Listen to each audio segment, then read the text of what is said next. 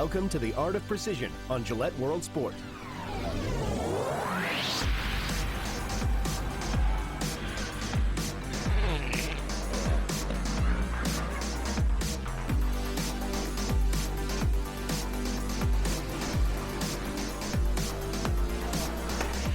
Coming up today, we're mastering the hurdles with Spain's Orlando Ortega. Navigating the Extreme Sailing Series with Oman Air. And getting a master class in tennis serving. To teach to serve, the best way is to have people throw a ball.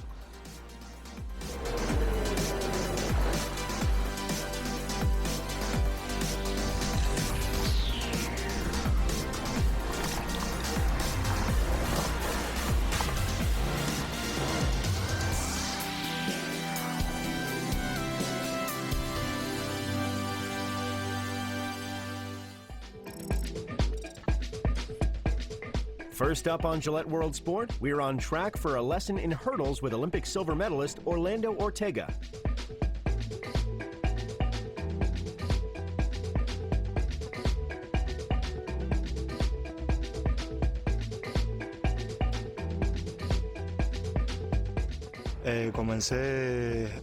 I started doing the hurdles when I was 13 years old. My dad, who is my current trainer, introduced me to it, and ever since we started training, I've been really happy with it.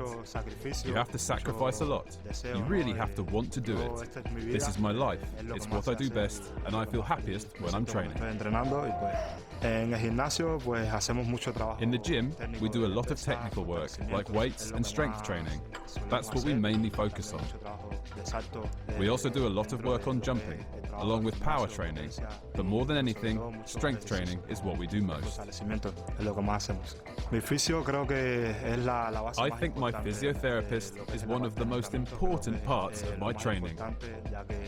We do a lot of recovery exercises both before and after a training session, mainly to prevent injuries, and that is crucial. It has been a very, very important part of my sports career to date, and of my general day-to-day program. On the track, we spend about 3 to 4 hours maximum training. I think I prefer to do one training session a day, and up until now, it seems to have worked very well for me. I think the most important part of becoming a good hurdler, more than anything, is technique. It's a combination of everything, including speed and power, but ultimately, I think in my case, technique is 100% the most important thing. The more I continue to work on my technique, on my explosive strength and acceleration between the hurdles, the better I will become.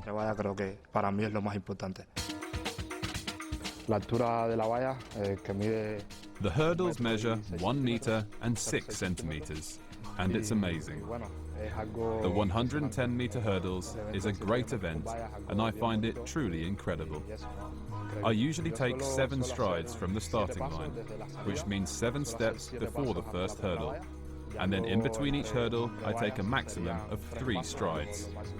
My dad is also my trainer, and he's great.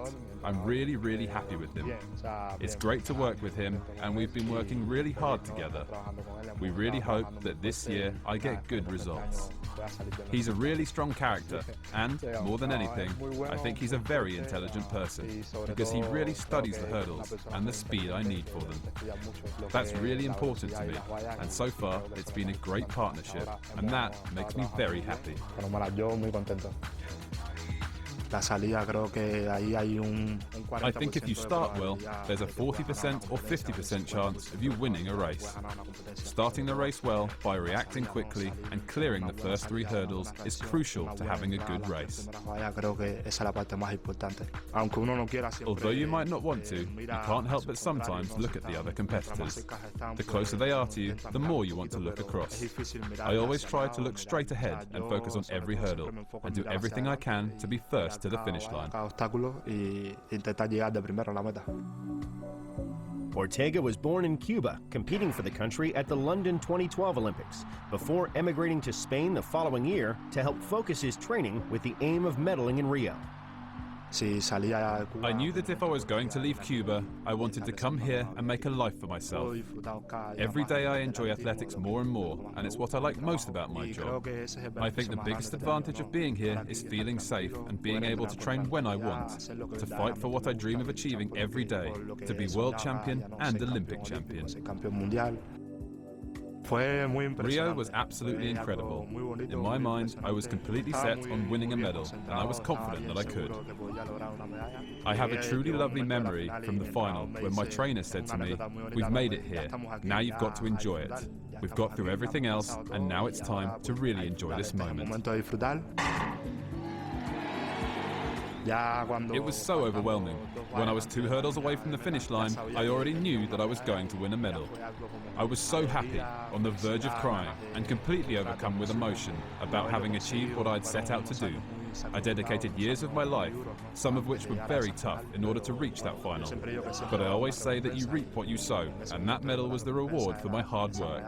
I was so happy. I don't like to think about the future too much. I prefer to think about each day as it comes, and what I can make myself achieve. There's a lot of time between now and the future, so who knows what could happen.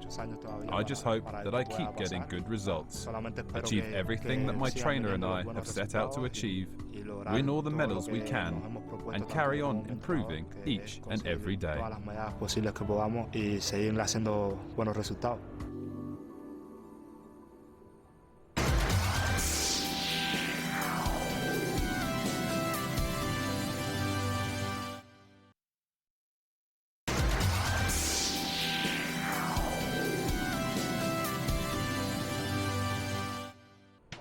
With the first major of 2018 around the corner, we see how some tennis stars have been preparing. 12-time Grand Slam champion Novak Djokovic was working hard to be fit for the tournament after a prolonged break due to a persistent elbow injury last season. Belgium's David Goffin showed fast feet during this training drill as he continues his rise up the ATP rankings. Italian Fabio Fognini practiced his serve technique as well as his work at the net. Whilst Hollywood actor Will Smith was left stunned as he felt the full force of a serve from Australian Matt Reed. 6'3" American Jack Sock mixed up his sessions, getting in the ring for a boxing workout. The smart money for the tournament could be on Austrian star Dominic Thiem. He's also not bad on the football pitch, as his excellent free kick produced an even better save. A tennis supergroup could be on its way to Roland Garros as South African Kevin Anderson jammed with the Bryan brothers. When the ATP Tour hit Rio, Diego Schwartzman hit the beach for a game of foot volley. Grigor Dimitrov cooled off after winning the biggest title of his career at the ATP World Finals late last year. And finally, the man to beat will likely be the player who has dominated the tournament for well over a decade. The king of clay, 10-time winner, Rafael Nadal.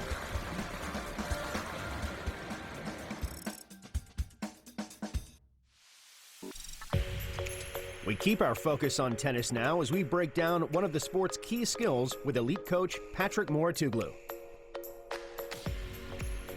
Mastering the art of serving is critical to a tennis player's success. Many elite pros hit first serves at over 200 kilometers per hour. And with the right precision, a serve can be used as an offensive weapon to gain an advantage or to win a point outright.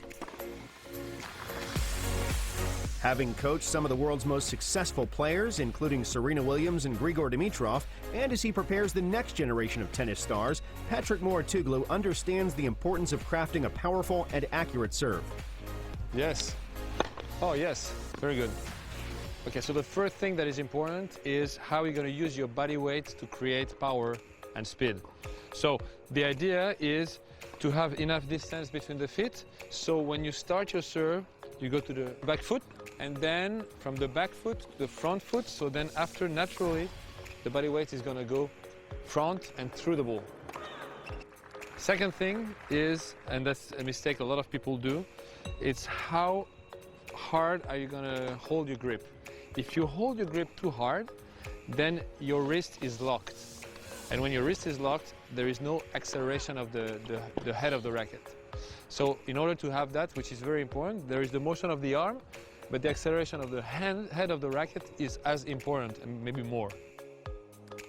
That's how you're gonna first get the speed, second get the angles, and the best servers in the world at the last second, they can decide the direction, speed, etc., etc. For that, the wrist has to be completely free to work. So those two things are super important. Last thing is the position of the shoulder and the elbow, and this has to be really straight, like exactly parallel to the ground. That's very important because from there, you're in the best position to throw. And serving is throwing a ball. To teach to serve, the best way is to have people throw a ball, because this is exactly the same motion. And sometimes they do something different when they serve. They should do exactly the same. So it's always very interesting to start with the ball and then go with the racket. The best servers are Isner, Raonic, those guys, because of course the fact that they are so tall is a huge advantage. So they hit more aces than anyone, and they're the most difficult to return. But I would say let's not take those examples because the height is not something you have any action on. For me, the best servers are servers that have the biggest percentage of points after their first and second serves because they have the variety. They can hit all the spots, they can use all the spins, and they don't give any indication because they have the same toss for any serve, so it's impossible for the opponent to guess.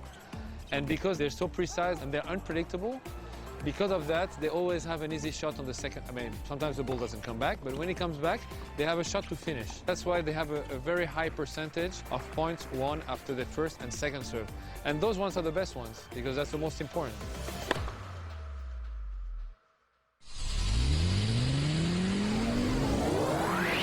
Still to come, we hit speeds of over 100 kilometers per hour on a kiteboard and head out on a bouldering adventure at France's largest glacier.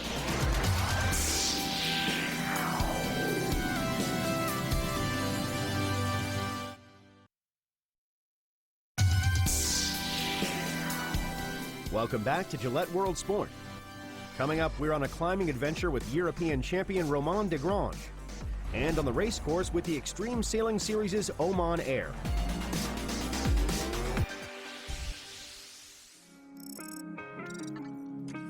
Right now, we're catching up on a busy year for one of the fastest men on water, kiteboarder Alex Kazerg.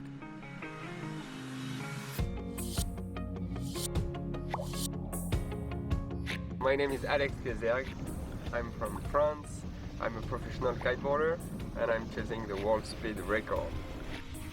I'm really addicted about kiteboarding since I won't say the number of years. Now I'm doing it professionally. I'm doing a lot of competitions, a lot of trips. The speed you got with a kite is just amazing because you don't have any sails in front of you. It's just like open, wide space, and you are quite low on the water, so the feeling of speed is just amazing. What we do in speed kiteboarding, we do it in very special places. We go in very high winds, but all this makes it even more exciting. Last August, Kazerg traveled to the coast of Oman to compete in the 2017 Kite Speed World Championships. Winning 10 of the 12 heats, the Frenchman also set a new championship record of 89.72 kilometers per hour on his way to a fourth title. Following the victory, Kazerg turned his attention away from competition and on to breaking new speed records. A kite record is the sum of a lot of elements. For sure, there is the physical preparation, training on water with a kite. I spend more than 200 days in the water per year. But then there is the design of the kites, the R&D. We are also spending a lot of time behind computers. I can't say it's just my physical abilities who makes a kite record. I have to work on all those aspects.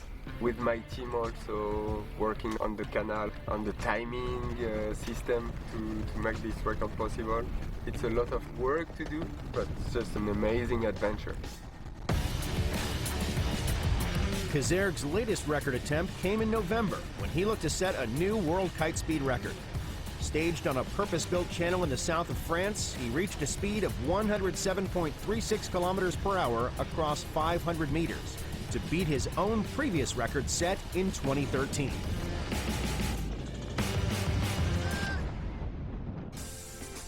After a short break at the end of the year, Kazerg soon got back into the action, and the 39-year-old continues to try and break new ground, further pushing the limits of his sport.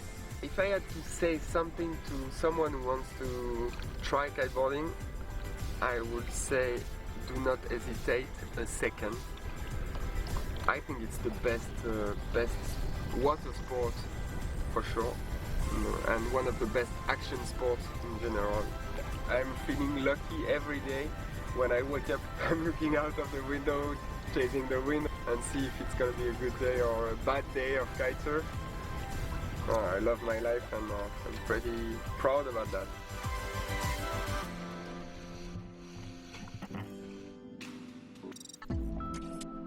Now we're bouldering with Romain Desgrange as he attempts to change the perception of climbing on the famous Mer de Glace.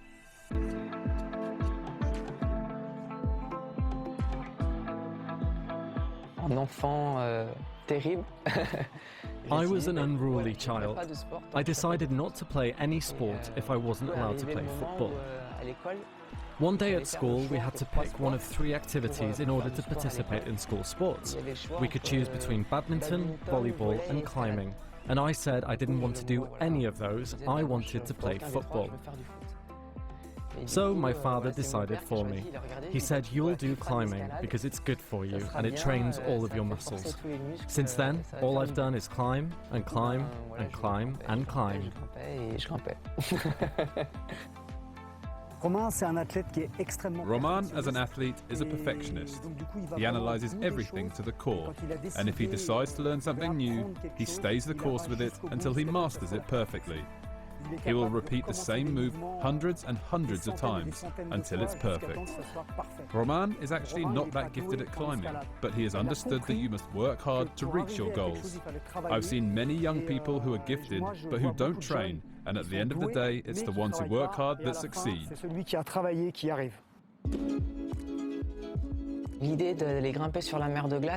The idea to climb on the Mer de Glace developed in 2 ways. On one hand, I'm always searching for original ideas to diversify climbing and display it differently. And on the other hand, I saw photos and videos of people walking on the Mer de Glace, where I discovered these boulders in the background. I looked at these mountains and the ice and the comparatively small boulders and wondered whether I could climb them. The idea stuck with me to change the perspective of climbing in that setting. In this high alpine terrain, people are usually roped up. They have ice picks and crampons. But I will arrive there not focusing on the things that happen up high, but instead I look down and climb my little boulder, as always. Christian Fernandez, the mountain guide who accompanied me on this project, is an old friend of mine who I met through school and the climbing club. When I conceived the idea for my adventurous expedition, I knew right away that I would ask Christian to accompany me, because the high mountains and the Mer de Glace are an unknown terrain for me. On the boulders, we found there were several climbable lines. However, snow and the moving glacier had smoothed them out, and there were hardly any holds. Many rocks were simply too smooth to climb, but in between all those, we found some really cool blocks and lines that were neither too easy nor too hard.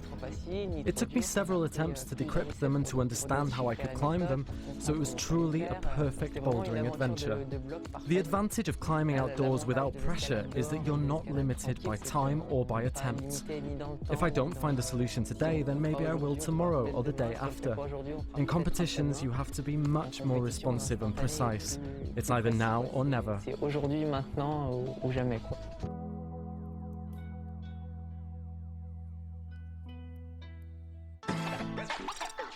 Finally today, we take a look at how sailors aim to gain any advantage possible over their competitors in a series where all boats are identical. The Extreme Sailing Series is very unique. We're racing extremely tight courses. It's great for the spectators, and that's the whole point of it. Bring it to the shore, make sure we put on a good show.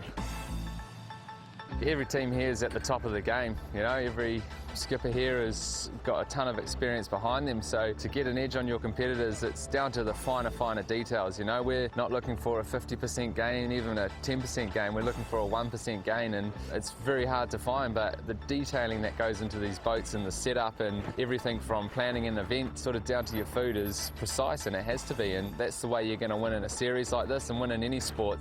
It's precision in our judgment, it's how we adjust the sails, it's how we steer the boat. Everything has to be super precise and in sync as a team. You know, it's just meters between the boats a lot of the time. When we hit the race course, we're constantly looking at the race course, and when I say looking, we're looking at the environment around the race course, we're looking at where the marks are on the course, always looking at where the best wind is. The wind obviously shifts, we're monitoring the wind shifts, and we're trying to constantly position the boat in the most favourable places to make the boat go as fast as possible with the best wind.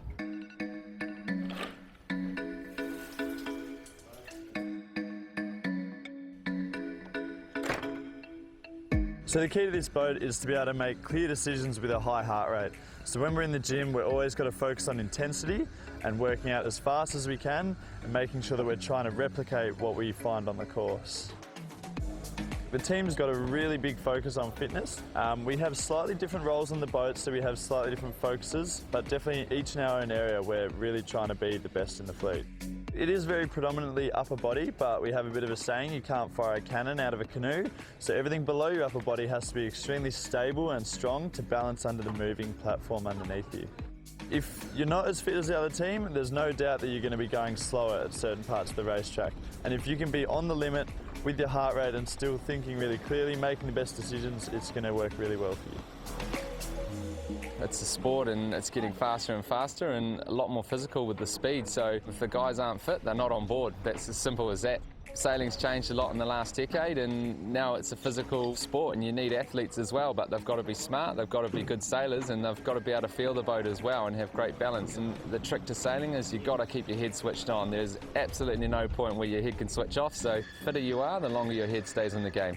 It's tough and it's a lot of hard work, but it's all worth it at the end and it's very rewarding.